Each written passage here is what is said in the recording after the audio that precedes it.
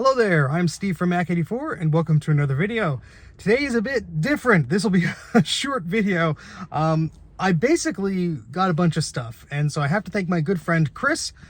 He was relocating and had to temporarily store and move a lot of his stuff. And so he asked me if I could hang on to some stuff for him, and that involved keeping some things. But some of the stuff I'm just the caretaker of for a little while, might repair some things. But, you know, he is the friend that I made at the Brooklyn e-waste place that I visited in 2020, and I'll put some footage of that here. And that was a crazy experience. They had so much cool stuff there. I ended up going twice and walking away with a carload of stuff. And my goodness, the things that I saw there, the things that I look back in these photos and videos go, oh, I didn't see that. I wish I could have grabbed that. It's nuts. But that location is no longer there. Literally, the building is no longer there. But my friend worked with that company and collected stuff for e-waste, and whenever something really cool came along, sometimes he was able to grab it and save it. And so because of that, he has collected a number of cool things, and thankfully some of those things he was able to save for me. So I'm very happy that he was able to do that. And so without further ado, let's take a look at the van. So I'm going to get out of the car here. There's a lot of wind outside and there's a lot of noise from the traffic where I'm currently parked. So it's going to be loud, and I apologize. I'll try and deal with the audio as best I can in the software package that I'm using, but probably won't make too much of a difference. So headphone users beware. Hopefully it's not too loud, but let's see what there is.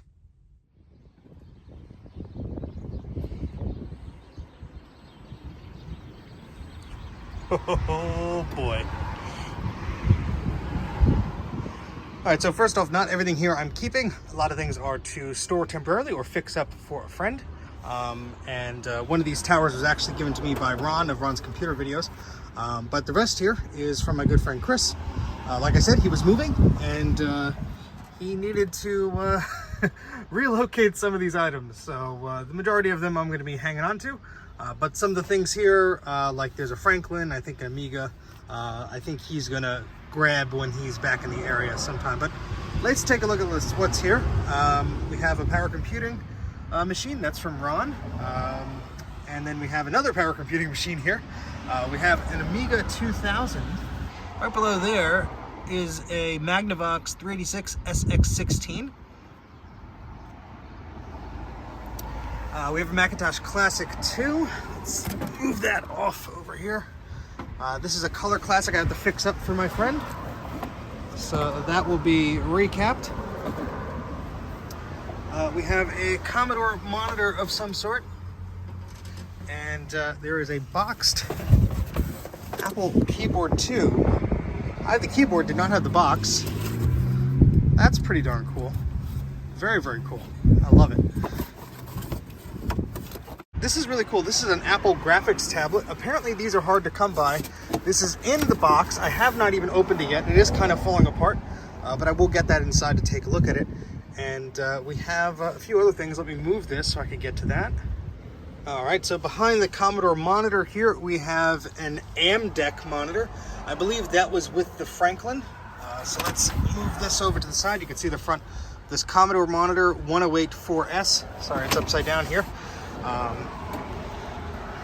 Looks to be in pretty darn good shape. And what else do we have here? So this is that AMDEC monitor. That's a Video 300A. That sounds familiar. I think I've seen that in the video online.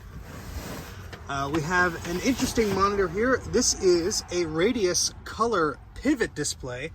And LGR did a video about this, and this is the Macintosh version, or at least the version that came with the Macintosh cable.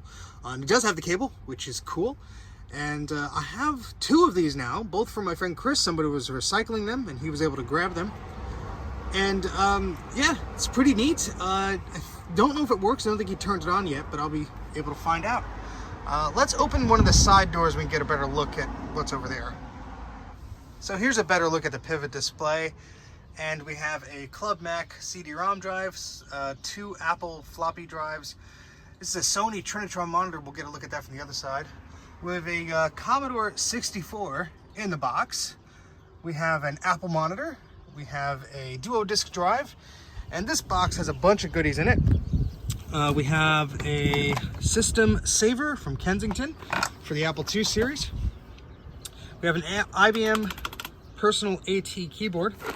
And move this out of the way here.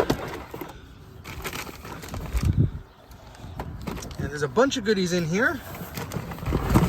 It's a Commodore Plus 4. We have an Amiga 2000 keyboard, so that goes with the Amiga that's over there. We have a ColecoVision Atom. How about that? And I believe, yeah, this is the keyboard and everything that goes with that. Now, this Atom does not work without the printer. That's where the power supply is. Now, I do actually have a complete ColecoVision Atom, so that's not too bad, but I guess good for parts, or I could trade that with somebody. We do have a lovely Apple IIe here. It is missing the key on the left side there. I believe that's the, I don't know what that is. Well, it's missing a key. So, you know, that's all right. And we have another Apple. Let me grab that. And this is an Apple II Plus. Now, I have not had one of these before, so that's pretty darn neat. It has all the keys on the keyboard. Lovely. And we're going to get over to the other side and take a look at what is there and easily viewable from that angle. Oh, and here is that Franklin Ace 1000 Plus. This is something that I'm going to be hanging on to for my friend. And so don't really know much about it, but it's pretty cool. And oh yeah, we have a keyboard here. For an original Macintosh, it is missing some keys, but this is for the Mac Plus. It has the cable as well. So, you know, there aren't many of these still around in the best shape, so missing a few keys. It actually has the stems there, so that's not too terrible. All right, so let's take a look at this side. So here's that Commodore 64. The box is a bit crushed, but I think you might want to keep this one. I already have a Commodore, so not necessarily something I need, but it's really cool to see the original Kmart sticker on that. $199.97. That's pretty neat. Let's move this over. Here's the other power computing tower. That's a Power Tower Pro 225. Has a jazz drive and a zip drive. How cool is that? Okay, so here are those Trinitrons again. These are Sony Trinitrons. I believe they're from the late 70s, early 80s. Look to be in pretty darn good shape. Apparently they do work. And they have these handles on top.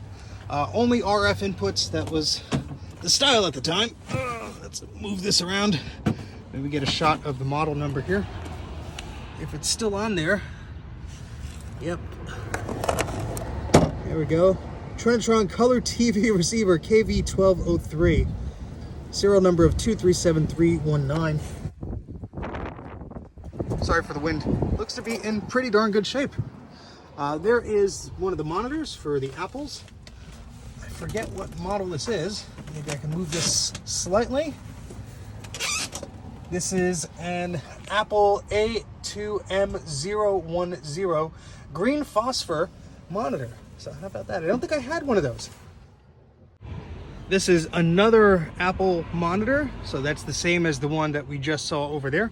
And I just realized this is the one where you can sort of push the monitor up and down. They did have a motorized one. This is not that. But this is a green phosphor one. Looks to be in pretty darn good shape. So that's pretty cool. There's a second Sony Trinitron. And then here's the Apple Duo Disc. So that's pretty cool. Looks to be in pretty good shape. Has the cable with it. That's the back of the Apple II Plus. And yeah, I already brought in a box of goodies that he also gave me. There's a better look at those disk drives and the Club Mac drive. There is something also cool I want to fish out. That's the side of the portrait display. A very interesting unit there. This is pretty cool. I'll have to scan this. This looks to be, I think it's a service manual for the Magnavox 386 unit. Very cool to see this sort of stuff. August 1991 is the date on that. I'll have to scan this in. I'll put that on the Internet Archive. My username there is Mac84TV. And yeah, this should be fairly easy to scan, just pages. Very, very cool. I'm sure somebody will get a kick out of this. And yeah, that'll be fun to preserve. All right, so that's all the goodies in the van. Well, almost. I did bring in a box of stuff earlier that I went through on the live stream that I did on Ron's Computer Videos channel. Thank you, Ron. And there is one more thing that I want to show you. So let's look at that. So here we have 2 more Apple floppy drives. And this isn't one I saved for last. I just forgot this was in the front of the car. But that has a disk controller with it too. What I did save is what is hiding right here. Look at that. This is an Apple Freestyle tablet. It was not made by Apple, but this is a tablet by Assistive Technology, or at least that's what the company says up here. That might be, just their branding. I forget, but it's a Freestyle tablet. It's basically a PowerBook 5300, I believe, inside of here. And it was damaged. My friend Chris accidentally dropped it, unfortunately. I do have another one of these, but it does not work. So maybe I could combine the two. It's basically a touchscreen PowerBook that was made aftermarket. So somebody bought the PowerBook and changed the parts and everything. It is missing the battery. Sorry, there's a cable just hiding in there. Ooh, look at that corrosion. Oh, that's nasty. I believe it does turn on. I will have to archive the hard drive. The bezel by the CD is missing, but it is a pretty darn cool device. You have the cards there. And let's see if there are any ports on this side. Yeah, there we go. Sort of gives it away that it's a PowerBook 5300. You can see the barrel jack there for the power supply. But very, very cool. You don't see too many of these that often. And I'd love to archive that hard drive. Okay, we're back in the van where it's much quieter. So yeah, that's what I picked up for my friend Chris. There's a lot of stuff here that I still have to go through. I brought in a box of stuff already, and you might have actually seen that if you were watching Ron of Ron's Computer Videos. He did a live stream when he visited me not too long ago, and in that live stream, we opened up a box that was part of the stuff that my friend Chris gave me. A lot to go through. It's a lot to sort through. I don't know what works, what doesn't. A lot of it is untested or in need of some repair, whether it be minor or otherwise. But I guess we'll see, and I'm sure you'll see a lot more content about this stuff in the future. Oh, I almost forgot. I actually picked up some more things on the same day. I know, the van was already full, but my friend Chris also had a friend, Nicole, who worked at the same place. And she is a big technology person, and she loves fixing this stuff up. But there were a few things that she no longer wanted to mess around with or didn't have the space for or whatever. And so there were some Mac stuff that she collected and she didn't touch. And so she said, well, if you want them, they're here. And so I ended up picking those up. And here's a few video clips and some photos of that. Okay, here we go.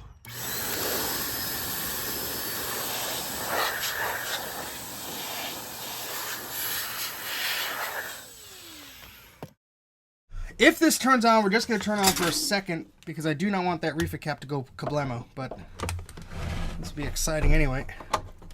3, 2, 1. Holy crap, it chimed. Oh my God, it works. Hey, how about that? That's amazing. Wow. So, my goodness, there's a lot of stuff to go through. Not all of it, I'm sure, is in working shape, but great for parts, great for repairs. I know I'll be having to fix up a few things for my friend Chris, but I'm always happy to do that because these machines, they're not making any more of them, so whatever you could save and get out there in circulation again is always fun. But that's about it for now. I'm sure you'll be seeing a lot of this stuff in future videos. If you want to support me on Patreon, you could do so for as little as $1 a month. Those funds help go towards archiving stuff and gas money, things like that. I am on social media, on Instagram and Twitter. My handle is Mac84TV. And if you want to subscribe to the channel, please do so and like the video as well. That's about it for now. Thank you so much for watching, and I'll catch you right here next time on Mac84.